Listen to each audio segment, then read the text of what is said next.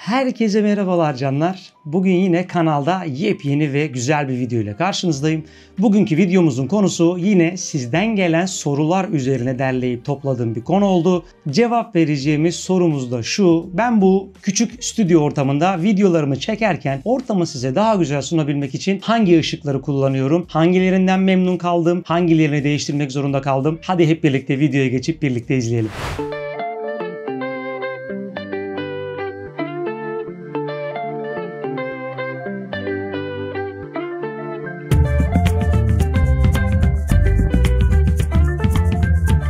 Videoya başlamadan önce yine her zamanki yaptığım gibi naçizane küçük bir ricamı dile getiriyorum. Canlar, bildiğiniz gibi bu tarz videoları çekmek, yayınlamak, düzenlemek gerçekten emek. Şöyle videolara bir beğeniniz, kanala bir aboneliğiniz ve aşağıya güzel bir yorumunuz şöyle alnımızın terini silmek anlamına geliyor. Lütfen benim bu ricamı kırmazsanız beni çok mutlu edersiniz. Videoya devam ediyoruz.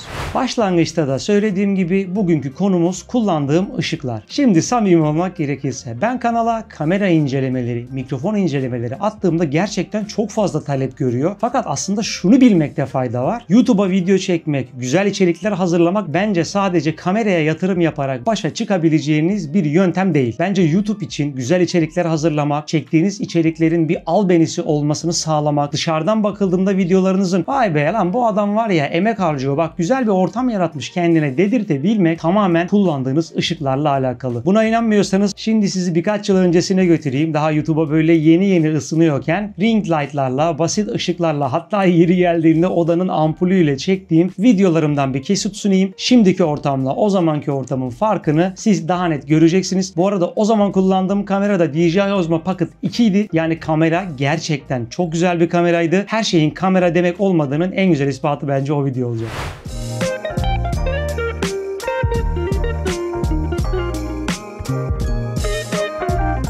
Bu kesitten de anladığımız üzere her şey kamera değil, ışık. Peki güzel videolar çekebilmek için, çektiğimiz videoların biraz daha albenisini sağlayabilmek için neler yapmalıyız? Öncelikle şunu bilmenizde fayda var. Çekim yaptığınız ortamda eğer faydalanabiliyorsanız gün ışığından faydalanmanız iyi olacaktır. Fakat faydalanamıyorsanız olabildiğince ortamı ışıksız hale getirmeniz sizin için en iyisi. Ben gün ışığından faydalanmayı çok fazla sevmiyorum. Yapay ışıklarla ortamı ışıklandırmak bana daha kolay geliyor. O yüzden gördüğünüz gibi bu tarafta bir gri renkte, duvarımla aynı renkte bir store perdem var ki içeriye ışığın girmesini engellemek için. Öncelikle bulunduğunuz ortamın karanlığını sağlamak birincil vazifeniz olsun. Hani videoda sık sık tekrar ediyorum ya, asıl iş kamera değil ışık. Bunun birincil sebebi şu: canlar, bildiğiniz gibi gözümüzle gördüğümüzle kameranın gördüğü şey aslında aynı değil. Bunu şöyle kısaca bir örnekle gösterecek olursak, siz düşük ışıklı bir ortamda açık bir pencereden gün ışığında dışarıya bakarken hem bulunduğunuz odayı hem de dışarıyı çok net bir şekilde rahatlıkla görebiliyorsunuz. Fakat aynı şeyi kamerayla yapmaya kalktığınızda işin rengi birazcık değişiyor. Kamera eğer iç mekanı çekiyorsanız içeriği odaklarken dışarıdaki güneşi patlatıyor. Eğer dış mekanı çekiyorsanız da dışarıya odaklarken maalesef içeriği zifiri karanlık hale getiriyor. Yani sizin yapmanız gereken şey aslında kameraya doğru açılarda yerleştirilmiş, doğru parlaklıkta ışıklar sunmak. Kullandığım ışık malzemelerinden şöyle bir bahsedecek olursam, birinci kullandığım ışığım benim yıllardır elimde olan çok basit, alelade bir softbox. Bu softbox aslında tamamen benim değil, eşimle birlikte kullandığımız bir softbox. Çünkü eşim de aynı zamanda fotoğrafçılık yapıyor. O fotoğraf çekimlerinde stüdyoda kullanırken onun kullanmadığı zamanlarda da ben YouTube video çekimleri için odamda onu konumlandırıyorum. Giriş segmenti için gerçekten her yerde bulabileceğiniz bir softbox bu. Yani bunu almak için özellikle fotoğrafçılara falan gitmeniz gerekmez. Neredeyse bütün cep telefonu satan, cep telefonu aksesuarı satan dükkanlarda bu softboxlardan bol miktarda görmeniz mümkün. Sadece şunu tavsiye edebilirim size. İçerisinde ampul takılan softboxlar da var. Fakat ışığı gerçekten çok yayarak ortama veriyor. Bunun içerisindeki ampul dışı plastik malzemeyle kaplanmış. Sanki böyle ışığın biraz daha yumuşamasını, biraz daha böyle derli toplu yayılmasını sağlayan bir şekli vardı ve kırılmayacak şekilde tasarlanmış bir lamba bu. Çünkü bu softboxlar şemsiye şeklinde. İşiniz bittiğinde katlayıp 40-50 santimlik bir alana çok rahat bir şekilde sığdırıp yolunuza devam edebiliyorsunuz ki ben de çekimler bittiğinde bütün ışıklarımı gardırobunun içine istifliyorum. Benim hem işimi kolaylaştırıyor hem de lambalar kırılır mıydı, kırılmaz mıydı? Bu tehdidi benim aklımda tarafından almış oluyor. Softbox ile alakalı ikinci dikkat etmeniz gereken şey de mutlaka dışında grid kullanmanız. Grid dediğim şey de aslında dışında görmüş olduğunuz küçük küçük karelerden oluşan bez parçası. Bu ne işe yarıyor? Normalde o bez parçasını çıkardığınızda ışık odanın tamamını aydınlatmaya yetecek kadar kuvvetliyken dışına o gridi taktığınızda ışık şu an gördüğünüz gibi benim elimle gösterdiğim tarafımdan sadece yüzüme vuruyor ve bu sayede ben arka plandaki kullandığım RGB ışıkların etkisini videomda sizlere daha iyi gösterebiliyorum. Aksi durumda gridi çıkardığımda arkadaki ledlerin ve RGB'lerin gerçekten bütün ihtişamını alıyor götürüyor. Bence böyle bir ışık alıyorsanız kesinlikle dışında gridli versiyonunu almalısınız. Şimdi bu videonun altına şöyle bir yorum kesin gelecek. Abi ya biz bu YouTube işine yeni girdik. Hani olur olmaz tutar tutmaz bilmiyoruz. Ya bu ışığa da para vermek gerçekten içimden gelmiyor. Çünkü ölü yatırım yapmak istemiyorum diyebilirsiniz. Onun için de 10 numara pratik bir çözümümüz var. Yapacağınız şey isterseniz mukavva kartondan kendiniz katlayıp keserek isterseniz de hazır küçük ebatlı bir karton kutunun bir cephesini komple kesip içine bir ampul ve bir duy yerleştirerek kartonun açık kalan kısmını da ışığın çok şiddetli size gelmemesi için fırınlarda kullandığımız 2-3 parça yağlı kağıtla kapatarak kendi softbox'ınızı evinizde yaratabilirsiniz. Ben YouTube maceramın ilk zamanlarında yaklaşık bir yıl boyunca bu şekilde tasarlayıp ürettiğim bir softbox'ı kullandım. Kötü müydü? Hayır değildi. Sadece videoları bilgisayarınıza aktardığınızda ufak çaplı düzenlemeler, renk oynamaları yapmanız gerekiyor ki biraz daha güzel görünsün ama emin olun çok pratik bir şekilde çok ucuza mal ederek en başlarda işinizi bu şekilde yürütebilirsiniz. Bir sonraki ışığımız ise ring light'lar yani halka ışıklar. Özellikle TikTok, Instagram gibi mecralarda influencerların gerçekten çok büyük bir kitleye ulaşmasıyla ring light'lar amiyane tabirle mahalle bakkalında bile satılır pozisyona geldi. Ben de uzun bir süre önce ring light'larla birkaç video denemesi yaptım fakat bana açıkçası çok uygun gelmedi, bana hitap etmedi ve bıraktım. Ürünü de elimden Letgo aracılığıyla çıkardım. Peki ring light'larda beğenmediğim şey neydi? Bu ışığı kullanırken birinci karşılaştığım zorluk eğer gözlük kullanıyorsanız gözlüğünüzün üzerine böyle halka şeklinde yansımalar yapması gerçekten videoyu izlerken çok itici duruyor. Bu birinci falsosuydu. İkincisi ise gözlük kullanmasanız bile ön cephenizden videolar çekiyorsanız ki bunu internette özellikle makyaj yapan ne bileyim işte cilt kremi o bu deneyen kadın influencerlarda bol miktarda görürsünüz. Göz bebeklerinin içine halka yansıması yapıyor. Ben bu tarz yansımalardan hoşlanmadığım için ring light'la olan ilişkimi kısa sürede kestim.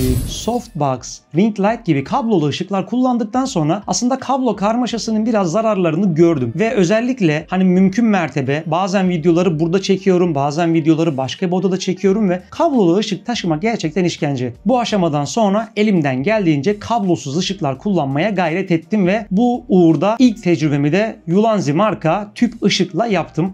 Bu ışığı tercih etmemdeki sebeplerden dediğim gibi birincisi kablosuz yani şarjlı olmasıydı. İçinde dahili bir bataryası var. Siz Type-C üzerinden şarj ediyorsunuz ve yaklaşık 1 saat, 1,5 saat gibi de rahatlıkla kullanabiliyorsunuz ve olabildiğince de portatif 10 santim yüksekliğinde bir ışık. Önünde çok güzel bir geniş açılı difüzörü var. Yani ışığı size olabildiğince yumuşak gönderiyor ve yani tam anlamıyla bir mini stüdyo ışığı diyebilirim. Şu an benim tam böyle tepemde saçlarıma gelen ışık Ulanzi marka kullandığım tüp ışık. Bu ışığın genel kullanım videosunu yine yukarıya bir yere bırakırım. Çok uzun yıllar önce böyle incığına kadar incelediğim bir videosunu çekmiştim. İsterseniz oraya da gidip ışık hakkında detaylı bilgi sahibi olabilirsiniz. Fakat ışığı şöylece kısaca anlatmak gerekirse içinde RGB modu var. Yani siz bunu stüdyo ışığı olarak kullanabileceğiniz gibi arka planda RGB aydınlatma olarak da ambiyans ışığı olarak da kullanabiliyorsunuz. Bunun dışında içerisinde farklı efektlerin olduğu güzel RGB modlar var. İşte polis lambası, ambulans, siren, havai fişek gibi birçok mod mevcut. Aynı zamanda CCT mod var. Yani şu an benim saçıma gelen mod Kelvin değerinden aslında sıcak modda ayarlanmış bir ışık. Işığın en sevdiğim özelliklerinden biri de mıknatıslı olması. Yani illa bunu kullanmak için bir tripoda ihtiyacınız yok. Metal herhangi bir yüzeye yapıştırabilir. Dış mekanda, iç mekanda bu ışığı rahatlıkla kullanabilirsiniz. Mıknatısı çok kuvvetli. Ayrıca birden fazla bu ışığa sahipseniz de ışıklar birbirine yapışarak da uzun şekillerde kullanım sağlayabiliyor size. Bu ışığın tek olumsuz yanı diyebileceğim şey cep telefonundan kontrolü yok. Yani bu ışığı alırken sadece elinizle arkasındaki tuşlarından ayarlıyorsunuz ve kullanıma başlıyorsunuz. Üzerinden yıllar geçmesine rağmen şarjını yapıp çok temiz bir şekilde kullanabiliyorum. Ulanzi ışığı sizlere tavsiye ederim.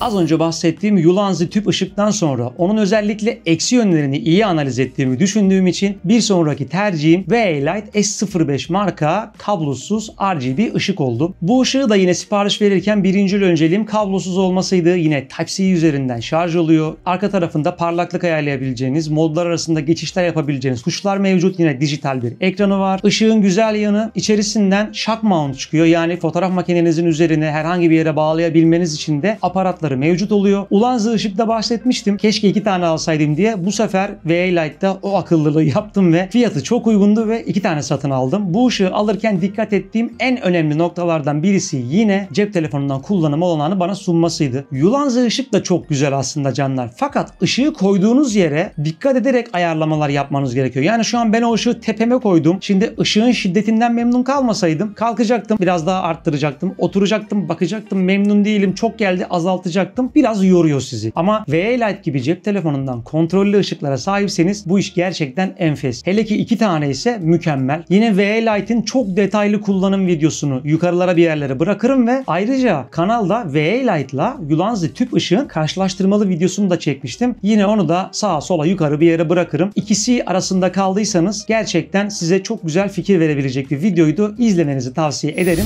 VA-Lite'ı kullanırken yapmanız gereken tek şey tripodsa tripod, yerse yer, işte pencere kenarı ise pencere kenarı, masaysa masa bir yere bırakmanız ve cep telefonundan o ışığın kontrolünü yapmaya başlamanız. Gerçekten VA-Lite'ın içerisinde envai çeşitli modlar var. Ayrıca cep telefonundan kullandığınızda beğendiğiniz bir rengin, beğendiğiniz bir tonun fotoğrafını çektiğinizde kendisi o renge uygun çok güzel bir ışık tonu ayarlayıp size yansıtıyor. VA-Lite'lar Ulanzi'lerden daha hızlı şarj oluyor ve şarjı daha uzun süre gidiyor. Bunu yine bilmenizde fayda var. Ben VA-Lite'lardan gerçekten daha memnunum. Fakat fiyat bazlı bakarsak şu an VA-Lite'lar 2500 lirayken Ulanzi tüp ışıklar 1000 lira bandında geziniyor. Fakat ben bu ışıkları aldığım zaman neredeyse ikisinin de fiyatları birbiriyle aynıydı yurt dışı sipariş ettiğimden dolayı. VA-Lite'lardan 2 değil, 3 değil, 5 değil, 10 değil, gerçekten cep telefonuna aynı anda bir sürü ışığı bağlayabiliyorsunuz ve tek tuşla hepsini açıp kapatıp tonunu ayarlayıp efektini ayarlayıp sorunsuz bir şekilde kullanabiliyorsunuz. Yine gördüğünüz gibi benim VA-Lite ışığımın üzerinde bir grid var. Bu gridi tabii ki satın almadım çünkü VA-Lite için grid hiçbir yerde bulamadım. VA-Lite'ın da yine, hatta Ulanzi'nin de ışıkları gerçekten çok fazla yayılıyor. Çok yayıldığı için yine az önce bahsettiğim gibi arkadaki RGB ambiyansı öldürüyordu. Bu önündeki gridleri kendim 3D yazıcıdan bastım. Gerçekten çok pratik. Tak çıkar bir ürün yapmaya çalıştım. Yani istediğim zaman çıkarıyorum. Kızaklı bir mekanizması var. İstediğim zaman da takıp sorunsuz bir şekilde kullanıyorum. Yine bu çizdiğim 3 boyutlu modellerin de linklerini aşağı bir yere bırakırım. Belki ihtiyacınız olursa ücretsiz bir şekilde gönül rahatlığıyla indirip basıp kullanabilirsiniz. Sağımdan solumdan tepemden gelen ışıkları sizlere anlattım. Gelelim biraz da arkamda kullandığım ambiyans ışıklara. Şimdi gerçekten ambiyans ışık, özellikle arka planda kullandığınız ambiyans ışıklar ortamı çok güzelleştiriyor. Fakat bunda tabii ki odanızın duvarının renginin de büyük önemi var. Ben genelde hem salondaki televizyonumuzun arkasındaki ambiyans ışık için hem de buradaki ışıklar için koyu renkli duvar boyaları tercih ettim. Odamın duvarının rengi antrasit gri, salonumdaki duvarın rengi de videolardan gördüğünüz gibi böyle tatlı bir mavi ile yeşil karışımı bir renk. Gerçekten iki renkte RGB ışığı çok güzel bir şekilde gösteriyor duvardan. Monitörümün arkasında gördüğünüz o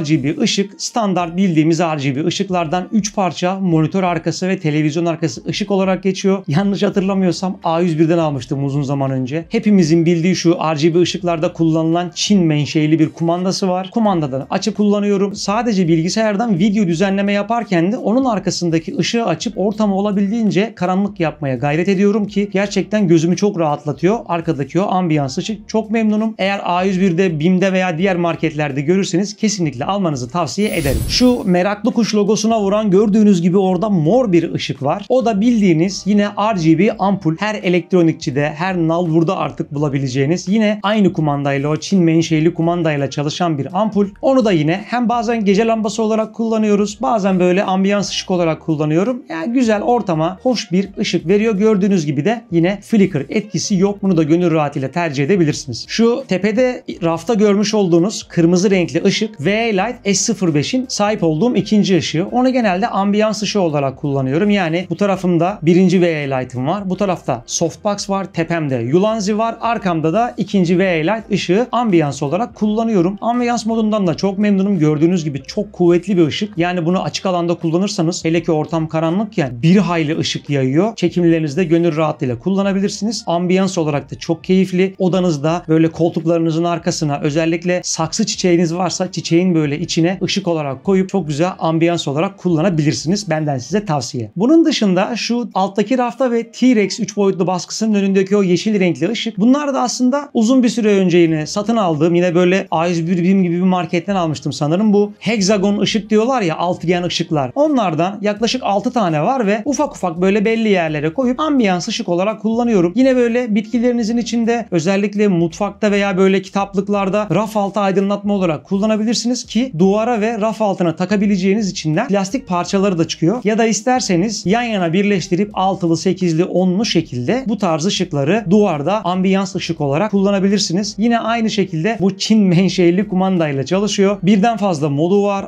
RGB modu var. Dokunmayla da çalıştırabiliyorsunuz. Üzerinde bir sensör var. Parmağınızla dokunduğunuz zaman da yanıyor. Ya da isterseniz kumanda üzerinden çok rahat bir şekilde kullanabiliyorsunuz. 3 adet kalem pille çalışıyor ve pili taktığınızda yanlış hatırlamıyorsam 150 saate kadar da kullanım sunuyor size. Uzun zamandan beri kullanıyorum. Herhangi bir parlaklarında azalma olmadı. Yine bu ışığı da böyle çeşitli yerlerde kullanacaksanız tavsiye ederim. Sırada anlatacağım ışık bir arkadaşımın evinde gördüğüm ve çok hoşuma giden şu köşede görmüş olduğunuz çubuk led diyorlar sanırım.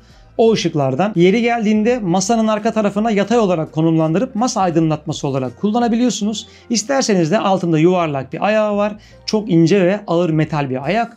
O ayağı bağlayıp böyle masaların, odaların köşelerinde, koltuk arkalarında çok güzel ambiyans ışık olarak kullanabilirsiniz. Yine bu da o az önce bahsettiğim kumandayla çalışıyor. Modları güzel. Ben bunu yanlış hatırlamıyorsam Çiçek Sepeti'nden sipariş vermiştim. Pandemi döneminde yani. Bir hayli eskiydi o zamanlar. 80 lira mı 70 lira mı öyle bir paraya almıştım ki gerçekten uygun fiyatlı bu ışık. Şu an ne kadar fiyatı bilmiyorum. Bulursam büyük ihtimalle videonun kenarına bir yerine koyarım. Memnunum bu lambadan da. Gerçekten ambiyans olarak hem çok fazla kullanım olanağı sunuyor size hem de çok böyle ince, güzel, şık bir ürün. Bunu da yine tavsiye ederim. Ve gelelim size son tanıtacağım ve en son satın aldığım ışıklara. Yine bu ışıkları da sanırım A101'den almıştım. Böyle bazen gamer ürünleri geliyor ya. Gamer ürünleri geldiğinde gerçekten fiyat performans ürünüsü alıp deniyorum ve memnunsam size anlatıyorum. Memnun değilsem zaten büyük ihtimalle o ışığı atmışımdır. Gelelim bu ışıklara. Bu ışıkların kumandası biraz değişik ve gerçekten parlaklıkları ve modları çok keyifli. Hani bu ünlü markaların özellikle gamer ışıkları var ya, yukarıdan aşağı böyle renkli renkli ışıklar kayıyor. Aynen bu modları kendi üzerinde barındırıyor. Aynı zamanda ambiyans ışık olarak da kullanabilirsiniz. En güzel yanlarından biri powerbank üzerinden de çalışabiliyor. Odanızın herhangi bir yerinde, işte sallıyorum salonda, koridorda, televizyonun sağında solunda ambiyans led olarak da kullanabilirsiniz. Tek yapmanız gereken bir powerbank'e bağlamak. Işık modlarından çok memnunum. Parlaklığı çok kuvvetli. Yine bu ışıkların da detaylı kullanım ve modlarıyla alakalı güzel bir video çekmiştim. Onu da yine yukarıya bir yere bırakırım. İsterseniz satın almadan önce girip oradan videoyu izleyip daha güzel fikir sahibi olabilirsiniz. Fakat ben bu ışıkları tavsiye ediyorum. Ve geldik videonun sonuna. Şimdi bu videoyu buraya kadar izleyip geldiyseniz şunu yoruma alta yazabilirsiniz veya burayı izlemeyenlerden de şöyle yorumlar görebilirsiniz. Abi yani video çekeceğiz diye de bu kadar ışık mı alınır, bu kadar para mı verilir diyebilirsiniz. Zaten arkadaşlar ben bunların hepsini tek seferde böyle getirip de odama katmadım yani. Yavaş yavaş, yıldan yıla, aydan aya, elime para geçtikçe, indirimde ürün buldukça, diğer insanların memnun kaldığı ürünlerin videolarını gördükçe hani sepetime ekledim, indirime girmesini bekledim. Bazı ürünleri aldım. Bahsettiğim gibi videoda beğenmedim, sattım. Yani çok fazla ışık denedim aslında. Güncel haliyle kullandığım ışıklar bunlar. Eğer ışıklarla alakalı sorunuz olursa, tavsiye etmek istediğiniz bir şey olursa videoların altına beklerim veya Instagram'dan da yine DM üzerinden sorabilirsiniz. Umarım yardımcı olabilmişimdir. Umarım hani ortamı biraz daha size anlatabilmişimdir. Yine bu tarz videoları paylaşmaya devam edeceğim. Hani neler yaptığımla alakalı. Şimdilik bir sonraki videoda görüşene kadar kendinize çok iyi bakın. Görüşmek üzere.